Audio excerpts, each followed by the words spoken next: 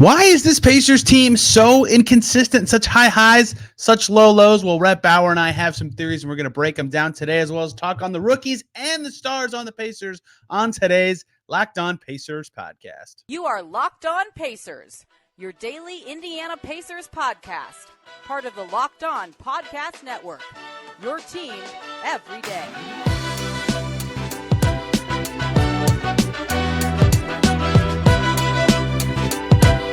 What up, y'all? Happy Friday. Congrats. You made it through the week, and welcome into another edition of the Locked On Pacers podcast, where we, of course, talk about the Indiana Pacers. As always, my name's Tony East. I cover the team for Forbes and SI, and today we have a lot to get to on this Pacers team. 8 games to go. They play the Lakers tonight. We talk a little about that, but we've got more to get to than just that. Rhett Bauer, friend of the pod, is going to join us today. We lead off with a discussion about why this team is so inconsistent. What about their makeup makes them be able to beat anybody but lose to anybody? We have some theories that we dive into. Then we talk about the rookies, Ben Sheppard and Jarace Walker, the roller coaster that is rookies on a winning team. And we talk about the stars, Tyrese, Haliburton, Pascal, Siakam, both off nights on the same night for the first time Wednesday, what that means for the Pacers. And going forward, some internet issues for me today. Hopefully that isn't too big of a deal or a hindrance on this episode. Thankfully, I have my Phillies hat on. I got my IU shirt on. Excited to watch the IU women tonight. Opening day. It's all coming together, but this is a Pacers show. Let's just get right to the convo with Rhett Bauer. He's back. It's a great day to talk some Pacers. It's a great day to look at the good and the bad about this team after what I would consider a successful road trip with an absolutely atrocious ending. The Indiana Pacers get throttled by the Bulls. And that has kind of been the story of this team, and that's where I want to start talking with Rhett Bauer today. Rhett, you've had a crazy day. I won't make you explain it to people listening, but how are you? Is your life and results more consistent than the Pacers recently? I think if chaos can be considered consistent, yes. My life is as consistently chaotic right now as it could possibly be, but with the same sort of highs and lows that this Pacers roster has sort of been going through these last couple weeks. So no, I'm good, doing good.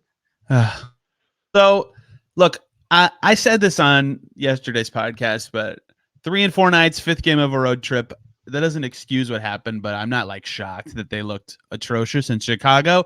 But results wise, I mean, it's just what they've been so much this season of, beat LA, beat Golden State, lose to Chicago, beat New Orleans, beat Dallas, lose to San Antonio. I mean, I could just keep going back and back, beat Houston, beat New York, lose to Charlotte. It's not worth the time to continue to do this exercise. Everybody who's been following the Pacers all season knows what I'm talking about. And like everybody knows at this point that this is who they are. It doesn't matter how easy their schedule is. It doesn't matter who's in or out for opponents anymore. They can win any game. They can lose any game. And again, I'm kind of writing off what just happened for reasons I just said. But what is it to you that makes this the case? Because they're young. But the other team that I think this applies to the most in the league is the Kings. The Kings have an incredibly high peak and have a winning record against the top 4 in the East, and they've lost to the Wizards and Hornets and Pistons as well.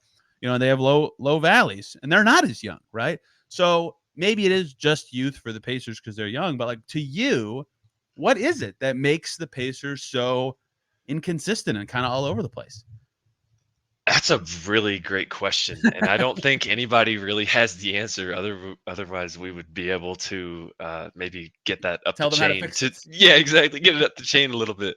But I think specifically last night, it just looked like the Bulls were just sort of manhandling the Pacers in every way, shape, and form. Like Javonte Green came in and just dominated the game. Javonte Green, high energy player, very physical, but you should not have a graphic on the screen that says the Bulls are plus 17 since Javonte Green entered the game That was his first game of the season.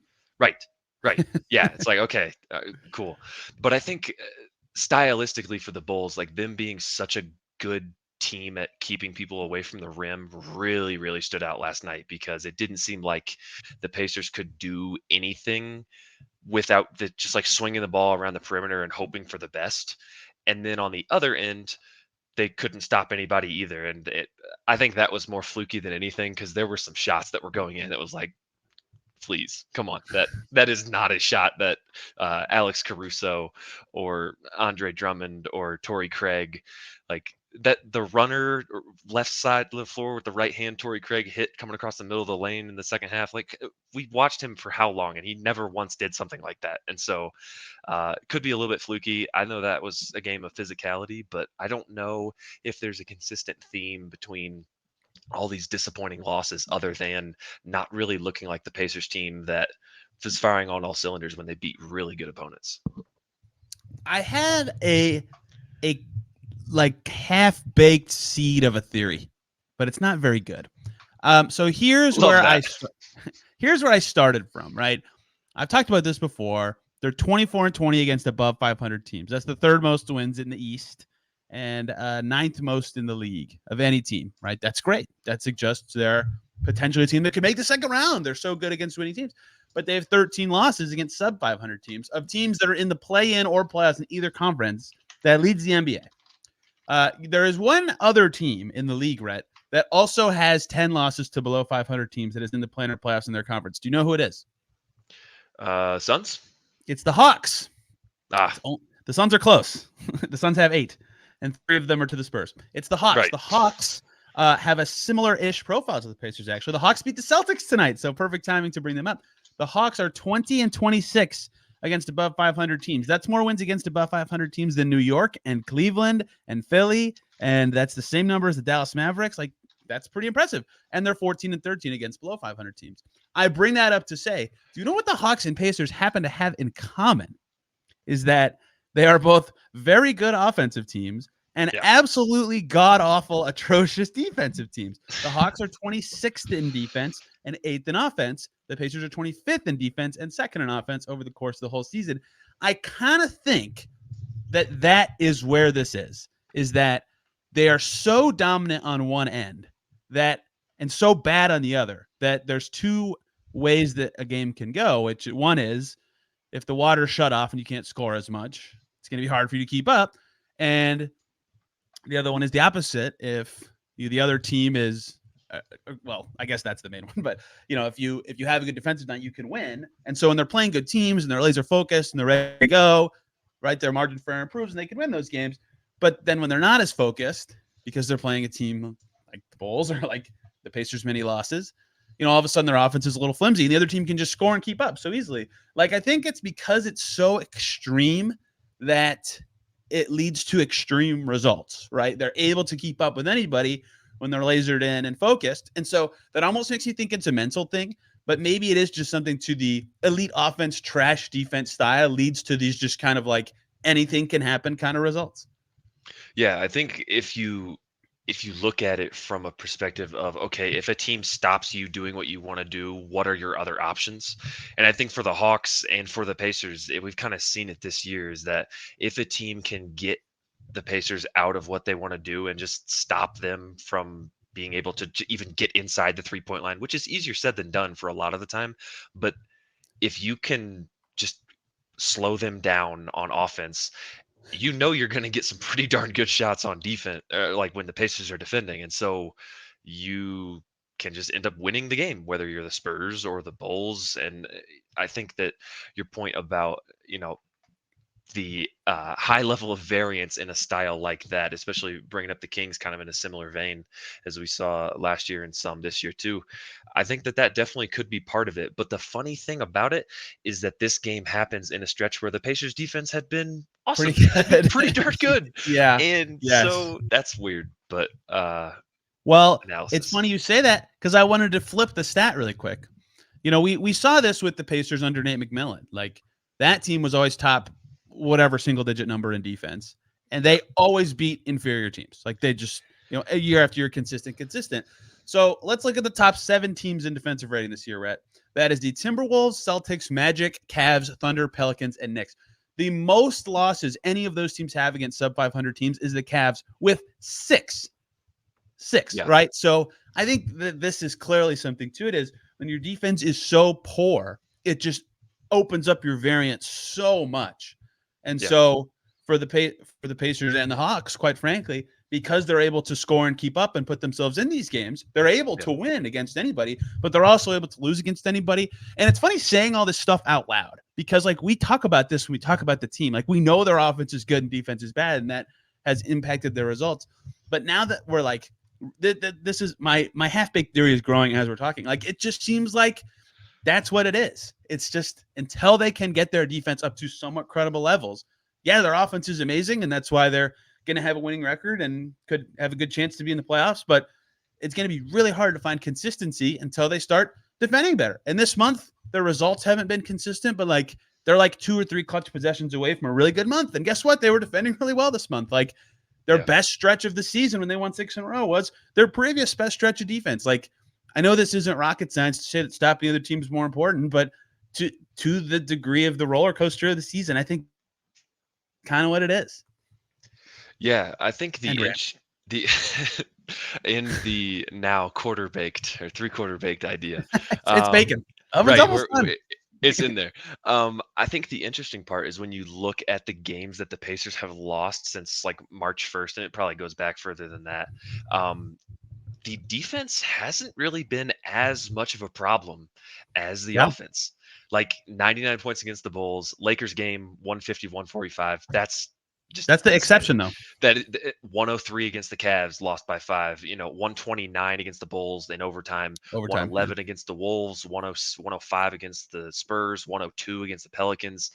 102 against the Hornets when they lost to the Hornets in February. Like that is a really unique problem to have for a team that does kind of like they have struggled defensively for most of the year. They've ramped it up lately, but then with Siakam playing so well, still somehow ends up not being as potent on offense in some of these games. And I don't know if you can point to, I mean, the Bulls, like I said, being pretty physical is one thing. Timberwolves obviously have an insane defense. Pelicans, insane defense. Yep. Spurs, Wemby, like that's a whole different world. But then it's the Hornets. Like, how do you score 102 points against the Hornets? It's just a really weird combination of things. But I think that there's another subcomponent to this, at least recently in the offense games. Ben Mathurin is a change of pace. Like him being out might help the defense in a lot of cases, but if your regular offense isn't working in the way that you're used to it working, there's not a whole lot of players on the Pacers who can do something different other than Siakam when he's been doing it with the bench, like you and Derek talked about, which has been phenomenal. But that just sort of like gunner role isn't something the Pacers really have right now, and so I wonder how much that spark impacts what they do in games where they can't get it going, like against the Bulls or the Wolves. Yeah, this is easy to say because they won one game and lost the other, but like the Clippers would have been a tougher game for Mathurin because it's a bunch of savvy vets who will punish you if you like make sloppy mistakes. Yeah. But the Bulls game, they could have really used him because they needed somebody to do all the stuff he's really good at, and they only scored 99 points, right? So like that's just kind of the ride of not having a guy like that who's really good on one end and still working through the other, and adds some juice to our theory.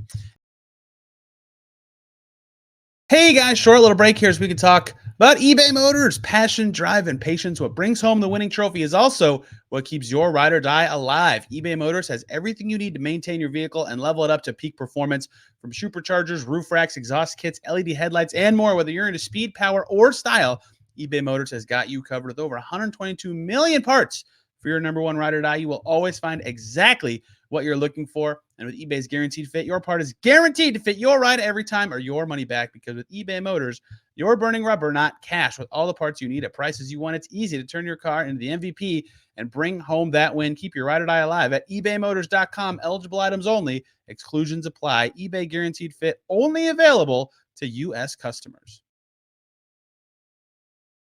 And as a transition that I will let you decide next, he's a young guy, but he's so good. Would you like to talk about young guys, aka the first round pick rookies, next, or would you like to talk about the stars next? I want to talk about the rookies first. Great. Because I think. Yeah. Go ahead, say it, and then I'll go.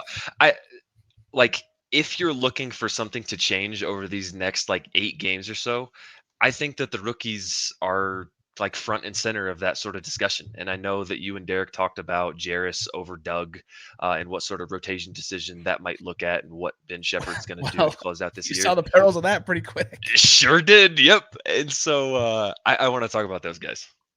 Yeah, that's exactly what makes me bring it up, right? And I actually can't even remember who I talked about this with. But you know what's funny is the last time the Pacers played the Bulls is the last time I really had to dig into this. Do you know why? Because they lost in overtime. So the margins of that game were so thin. And Ben Sheppard that night was 0-5 from the field and had, I think, a couple turnovers or something. And like he defended fine, but he makes one of those, they win, right? And I thought after that game, like, this is kind of the perils of relying on rookies sometimes is they're inconsistent. And that's fine. That's not a negative event. Like, inconsistency isn't good, but like rookies are supposed to be like this. It's not like I'm killing him for it, but for a team trying to win, that's scary sometimes, right? You can't always live with a lack of consistency. And so they just played the Bulls. Derek and I talked about, Jarace just had this great game against the Clippers, like good enough that you probably want to think about playing him over Doug McDermott. And he comes out and like his second touch, he's throwing like a one arm weird pass ahead that I think Turner had a small on him. Like the idea was good, but like it was not a serious, like 2 hands strong, get it to him pass. And he turned it over. And like he only played 10 minutes and he missed both of his shots and he had 2 turnovers and they lost his minutes by 10. And then they went to McDermott in his spot in the second half. Like, again, this is what rookies are a lot of the time. I'm not saying this is something bad about Ben Sheppard and Jarace Walker. They've been good, especially recently. It's just for a team that has thin margins and 8 games left and is trying to make the playoffs. The pros are you're developing them in serious, important games that matter. Maybe that pays off for the Pacers long term. But right now, micro sense, 8 games to go. This is kind of the perils of it. And I just think it's an interesting spot the Pacers are in because of that. Yeah, I had not looked at the advanced box score stats for either Bulls game, and it's obviously a 1-game sample size. But do you know what the Pacers' offensive rating was when Ben Sheppard was on the floor for his 11 minutes? Oh God, This 0. Wednesday night. Wednesday night. Yes, a literal 0. Oh Jesus. That is I don't know if I've ever seen that before. Jarace Walker, shout out for his 11 minutes and 27 overall offensive rating. There you go. Just a little bit of a tangent there, but no, I think you're exactly right that is the perils of relying on a rookie, but that's also kind of why you want to get these stretches out earlier than this. If you can, yeah. You know what I mean? Like I get, and to be fair, when the season started and you've got Obi Toppin coming in, okay, that's a different type of situation. You still got Jalen and Ijax in their situation, and so like trying to figure all of that out. So like I think we talked about at the beginning of the year, it's like, okay, how long until Jarace is in the rotation, or how we would have started him right away, but how long until Jarace is like really more involved, and that just hasn't happened until inconsistently lately. But now he's working through all of the kinks that you would have liked for him to have worked through in December, so that you wouldn't have to sort of have this conversation and be like, man, we could really use some juice, like you said with Mathurin, but in a different kind of way with Jarace. And you just can't get that out of him when he's still making those one-armed non-serious passes in games that are kind of already slipping away from the Pacers. And so I get it is rookies are perilous, but I don't think that should deter them from continuing to play them to close out this year either. Yeah, I agree with that. Yeah, and there's another reality where he flings that pass perfectly to Turner, and then they win, and we're like, "Oh, Jarace is feeling it. This is great." Yeah. That's how thin the margins are, though. Like, yes, that's true. Yeah, and so like, I think Ben Sheppard would still be playing, but like fully healthy Pacers right now. Is it possible that the bench unit would be McConnell, Mathurin, McDermott, Toppin, Smith, and then there's no rookies? Like maybe, right? Like maybe their season was not baked into having this be a need, and they're missing 3 wings a lot of the times when Jarace is playing, right? So it's just kind of how it is, where they have to rely on them. And again, that might be fine, that might pay off, and now they're more reliable if you need them down the stretch or in the postseason. That's great, but they didn't lose the Bulls game that just happened because of these 2 guys. To be totally clear, it's just part of the discussion when right after an awesome best game of his career from Jarace Walker, he has a and then Ben Sheppard is this is 2 Bulls games ago, but has the 0-for-5 game where if he was 1-for-5, they win in regulation. It's just how it is. And yet Rhett, and yet I did not know this. Did you know this? Pascal Siakam against the Bulls Wednesday night. He was 2 for 7. That was the first time with the Pacers he shot under 40% in a game. That's crazy. I did not realize he had been that consistent. I went back because I was like, I wonder what the record is when he shoots that poorly from the field. 0-1. 0-1. Yep. 0-1 is the answer. His previous low shooting percentage with the Pacers was when he was 8 for 19 in New York on February 1st, right? So easy to write that game off. So easy for me to be like, whatever, he played bad. It happens. Yeah. Haliburton also wasn't very good against the Bulls last night. 2 nights ago for you guys listening. 4 for 15, 26.7%. We can talk about the rookies. We can talk about the role players. If that's what you get from those two, you lose. You just lose. Yep. So the reason I wanted to look at Siakam's games with that bad of a shooting percentage is because of the following stat I'm about to give you. Do you know the Pacers record, Rhett, when Tyrese Haliburton shoots worse than 33% from the field? I would say it's probably under like a 30% winning percentage. Oh, yeah, it's under that. Yeah. Yes. It is 0%. They have not won a game. How many games? 10. 10 times. Wow. He has 10 games shooting under 33%. They are 0-10 in those games. The closest one was the 5-point loss at Boston in late January. We only played 22 minutes. Mm-hmm. Only 3 of those 10 games were within 10. They got smoked a lot of the time. So I kind of hate the like, oh, the Pacers have a great record when Aaron Nesmith scores 15 points. Like, yeah, duh. When a role player makes his shots and scores a lot of points, the team's more likely to win. But with stars specifically who actually have the ball a lot and control the game and control their own shot attempts and like attack certain matchups, it's different. Like it actually does. Their efficiency is more telling and important. And so Haliburton's best games, yeah, they win a lot. And Haliburton's worst games, they lose a lot. And so we can nitpick all we want from this Bulls game and stuff. And we've talked about Haliburton shooting for forever and ever, but like their stars were just not good in that game. And it's one game for Siakam specifically. I'm not going to say anything about it. He was amazing in California right before that, like 2 days prior. But they just need to be better. That's where the Pacers are. They're the stars. They've got to be better. Do you want to know an even more concerning thing, or maybe not as concerning thing about that Haliburton stat that you said about shooting under 30%? 6 of those 10 games have happened in the last 20. Oh, gosh. I did not do that research. Yeah. 6 of his 10 games shooting under 30% have happened in the last 20 games. And so, obviously, I think you've talked about it. It kind of has seemed that way. It's like, okay, maybe there's a little bit of rust there, or maybe not 100%, or not speculating on whether he's still injured or doesn't look right or whatever it is. But I think, spanning after the All-Star break to be shooting like that and the Pacers lose all of your games shows how important Tyrese Haliburton is, shows how like there might be something to that. But then also, like, if you are 0-6 in the last 20 games because your star just shoots under 30%, like the rest, I would be so curious to see what the rest of the guys are doing in that game, because that's just, maybe Tyrese Haliburton is that good, but I don't know if he should be. You can't win a single game across 6 games in the last 20 to where he didn't shoot well. That seems crazy to me. It is crazy. Yeah, you're absolutely right. Only 2 of them came in 2023, like the year. Yeah. Which is wild to me. And one was that Magic game where we were all like, whoa, what just happened? The Magic just kicked their butt. So sometimes it's that simple. Like, and I brought this up after the Bulls game because I saw people covering the Clippers who were talking about this. Like, we can debate about how important Amir Coffey's 10 minutes are, but like if Paul and Kawhi aren't good enough, it doesn't matter how good Amir Coffey's 10 minutes are, right? And so they got their butt kicked in Chicago. Like it was so bad that I'm tossing that out the window. But that was the first game where both of them stunk, like especially compared to their expectation. And so it's worth noting that with 8 games to go, like we could talk about who should be the 10th guy in the rotation. We should talk about how much the rookie should play and all this stuff. But like if Haliburton and Siakam are good, they'll probably do pretty well in these last 8 games. And then they might have a good shot to 60. That might just be what it is.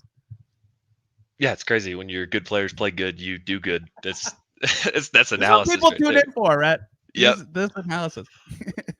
I mean, is there anything that you noticed from this game that stood out for why Haliburton and Siakam both did not play well, because the very different players, they get theirs in very different ways. And just coming off of a couple games No, where, no, I mean that's not fair to just no. They just yeah, I mean, they just couldn't get into the that's paint, the man. answer Like though. that is that it to me, but it was brutal.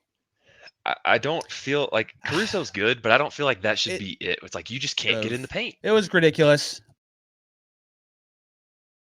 One more break here, guys. We got to talk about two awesome groups of people. First up, the good folks over at Nissan. Are you the kind of driver that loves to push things a little further? Ever wonder what adventure could be around the next corner? Well, our friends at Nissan have a lineup of SUVs with the capabilities to take your adventure to the next level, like the 2024 Nissan Rogue. It's perfect for city drives and great escapes. Class exclusive Google built-ins is your always updating assistant to call on for almost anything. Gone are the days of connecting your phone. The Google Assistant, Google Maps, and Google Play Store are built right in the 12.3-inch HD touchscreen infotainment system. The 2024 Rogue is the perfect midsize crossover for your next adventure. There's also the 2024 Nissan Armada, which will change what you expect from a full-size SUV. Picture a rugged 4x4 that can seat up to eight in first-class luxury and style. Tow bigger and explore further in the 2024 Armada, including also the 2024 Nissan Pathfinder. Take the Nissan Rogue, Nissan Pathfinder, or Nissan Armada and go find your next big adventure. Shop now at nissanusa.com. And let's also talk about Amazon Fire TV, your destination for sports. From live games to highlights to in-depth analysis, Fire TV offers an amazing viewing experience with smart TVs, as well as the Fire Stick TV. I have one of those. I love it. That you can plug into your existing TV that provides access to millions of movies and TV episodes, as well as free and live TV. Whether it's opening weekend for baseball or the college basketball tournament, you are going to want to have a Fire TV. Fire TV recently created Fire TV channels to deliver a constant supply of the latest videos from your favorite sports brands, all for free. That includes all of us here at Locked On and most big pro sports leagues, as well as college conferences. Fire TV lets you dive into all the games, analysis, highlights, and more to keep up to date on all the latest in the world of sports, March Madness, NBA, MLB, and lots more. Not to mention great news, entertainment, gaming, travel, cooking videos as well. Check out Fire TV channels on Fire TV and Alexa devices. If you haven't checked out Fire TV channels, you should. Trust me. To learn more, visit amazon.com/LockedOnFireTV. You know who else they didn't get in the paint against very much in the in-season tournament, Rhett, was the Los Angeles Lakers. They did better at that last Sunday. That's their opponent tonight.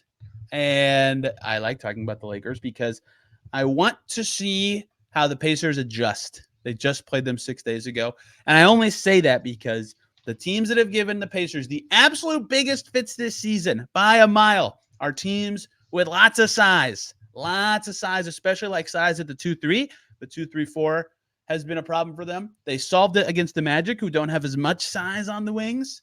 But the Lakers, when they're and their Cam Reddishes and their Torian Princes and their Rui Hachimuras and all these big dudes that are ending up on guards or just have the size advantage, just hurts them. And Siakam helps. You saw the difference between the in-season tournament finals and Sunday's game. But it's a tough matchup for them. What is to you, if there even is, I mean, it's just a natural thing. Like a guy's taller than the other guy, that's an advantage. But like, what do you have to do to combat size? Like TJ McConnell is successful every night and he's shorter than me, right? Like there are ways to do it. But what do the Pacers need to do against the Lakers besides just like maybe you just make some threes and win? Because the size, especially the Lakers, because they're one of the bigger teams, but size has just kicked their butt. And a lot of teams like the Thunder struggle against the Lakers too, because they're huge, right? So what can the Pacers do differently to combat this?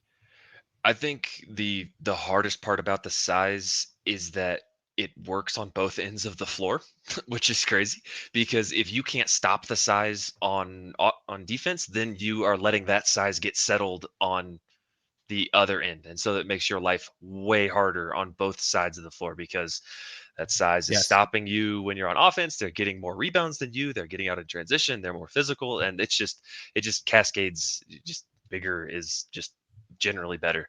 But I think in these sorts of games, especially with teams like the Lakers, where they can just run out there, just length and physicality all across every position. I I think it's just being relentless. I think it almost comes down to an effort thing, which is not like, I hate to be that guy. Just try harder than the other guy. You'll do it. And TJ McConnell, maybe that's the answer, is he's just successful because he just doesn't stop going. But I do think there's also something to that where it's like a team is so big that they're probably not used to defending 20 seconds off the shot clock, though.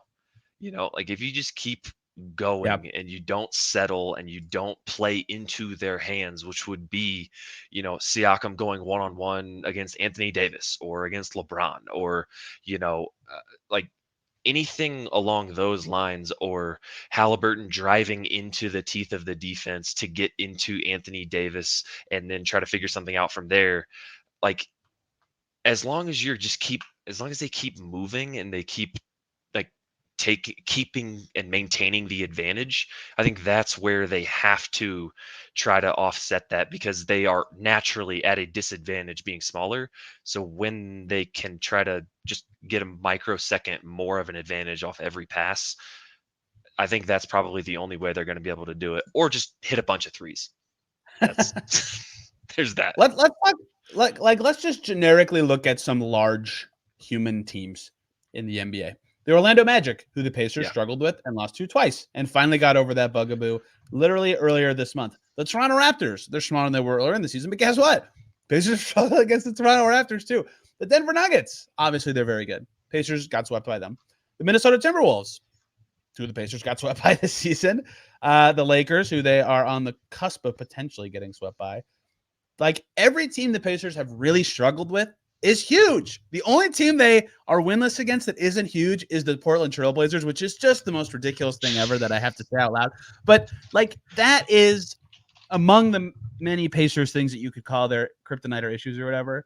Like, they just have really not been able to handle size. And a game where they finally kicked the Magic's behind, they got really creative defensively, schematically, like they were switching 4-5 in new ways, and they made shots that night, and Siakam was awesome.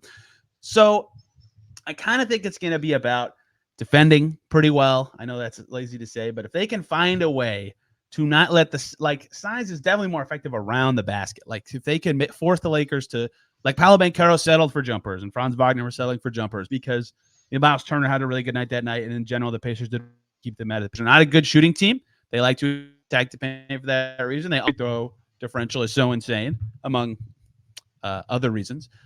But to me, that's a big part of this. And so you can't just force a team to take jumpers. Like, that's not a feasible thing. NBA teams aren't dumb, but trying to coax them into it as much as possible. And maybe D'Lo just goes crazy, or LeBron makes threes because he can do that now and you lose. But I think that is a more tenable strategy than when they gave up 150 last time, what happened Sunday. So they're really good for a reason, but I think that would be what I would hope to be the case if I'm the Pacers, because like, size has been their biggest boogeyman this season by far. Yeah, no question. And I think it has been for the last couple seasons, I think. And that's kind of why we were so excited about the Pascal Siakam acquisition. It's like, hey, an actual forward. Same thing with Obi Toppin, and same thing with Jarace Walker. It's that size that does end up mattering. And I think it'll be really interesting to see whether the last couple games for Anthony Davis and LeBron James have taken a toll, because Anthony Davis played something like 52 minutes against the Bucks and kind of tweaked his knee a little bit, and then LeBron just played against the Grizzlies so he could beat up on Gigi Jackson, who was born in LeBron's second year in the league. And so I think that sort of wear and tear could get a little bit interesting, because if they're just like that half a second slower or not as aggressive in some instances, that could be all that it takes to sort of even that out as far as the advantages are concerned. But I think with the defense part of it, is a team like the Lakers, there's only so many guys that are dangerous. Like, and they obviously, last time they played, they had 4 25-point scorers, which is pretty impressive. But you're gonna have your Cam Reddishes out there. You're gonna have some Max Christie out there. Rui's gonna be out there. It's like, okay, we pick who beats you, and if Rui Hachimura has to score 40 points to beat you, or if Torian Prince scores 14 points, okay. But if Anthony Davis and LeBron James combine for 80 points or something like that, like I have a harder time losing that way than if I do if some random role player just goes off. So Agreed. minimize mistakes in those big matchups and let the smaller matchups kind of hopefully fall in your favor. Until it got figured out a little bit and Haliburton got hurt, maybe the best stretch of the Pacers season was when they were like, let's try to make a bigger starting five. So perhaps tonight specifically against a team where that could be valuable. I don't think they should change their starting lineup, to be clear, but a couple more minutes of that thing you and I have talked about, and they've gone to a little bit. Neesmith at the 2. I don't know exactly what the full lineup needs to look like, but it's worked at times. It's gotten them some extra size. It does hurt your ball handling. You got to have very specific. Siakam has to be a part of that group, like must to have the ball handling in there, and then the point guard. There's a lot of options. Obviously, Haliburton's the best of them, but I think that is perhaps something they should. I mean, I've said they should explore for a while, but specifically against the Lakers, they should go to it. We'll see. I can't wait to see how they try to adjust just because these games are so close. LeBron and AD, both questionable. I, as someone who will be watching the game, and hopefully play, because I like watching LeBron James play at 39 years old and crush people, but I understand fans maybe not wanting them to play so the Pacers can bank I don't know what the odds are going to be for the game, but less probable win in their playoff hunt. How about that? Rhett, do you have anything else you would like to talk about today? Or do you have stuff to do? Because you've had, as you said, a chaotic day. Yeah, I have an endless amount of stuff to do. And so, but no, I appreciate the time. I appreciate coming back on, talking about some Pacers. Hopefully we can look really smart when this episode comes out and we listen to it. It's like, hey, you know what? They just made a bunch of threes and defended really well, and they beat the Lakers. That's crazy. Rhett and Tony nailed it. But no. Rhett, I don't ever look smart anymore. You know this. I've been burned too many times by this team. I am looking forward to this game. Rhett, everybody, will be back for play-in, playoffs, whatever time comes.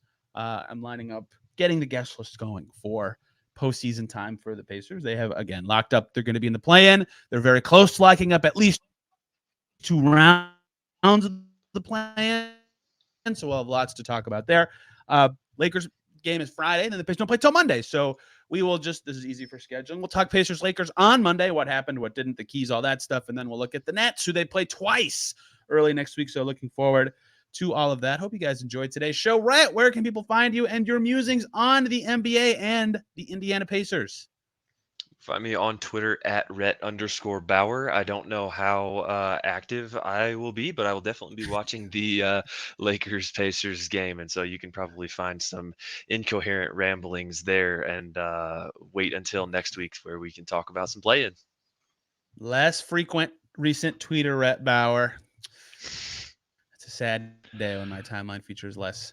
Anyway, I'm on there at Tony R. East. This show is at Locked On Pacers. Hope you guys enjoyed today's show and learned something.